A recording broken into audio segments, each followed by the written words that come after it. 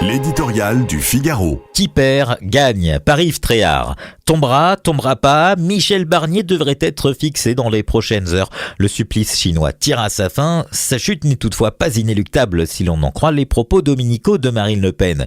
Le bourreau aurait-il la main qui tremble? Associer sa voix à celle de la gauche de Jean-Luc Mélenchon pour censurer un gouvernement qui n'a rien d'effrayant sans être extraordinaire et qui compte un ministre de l'Intérieur déterminé à faire régner l'ordre, est-ce bien raisonnable? L'alliance des contraires a peut-être ses limites. Pour survivre à Matignon, sauver sa tête, le Premier ministre doit-il céder davantage aux exigences du Rassemblement national sur le budget? Dans le cadre du financement de la sécurité sociale, Michel Barnier a déjà promis de revoir à la baisse l'aide médicale d'État destinée aux sans-papiers. Marine Le Pen lui demande à présent de renoncer au déremboursement de certains médicaments. À force de compromis, craint-il de se compromettre?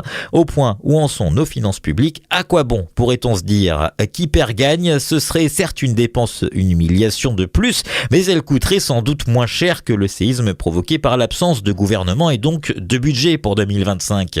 Les marchés nous le feraient lourdement payer, les taux d'intérêt s'envoleraient et le trou XXL de la dette s'élargirait encore plus. Inutile de souligner que le pouvoir d'achat des Français en prendrait un sérieux coup et que les services publics en feraient les frais. Est-ce l'intérêt de Marine Le Pen d'endosser une part de la responsabilité d'un pareil marasme? Par ailleurs, si Michel Barnier quittait Matignon, qui pourrait le remplacer? Tout peut arriver, même le pire. La tragicomédie politique que vit la France n'est pas terminée. Le poison de la dissolution, prononcé par Emmanuel Macron, va continuer à inoculer ses effets nocifs.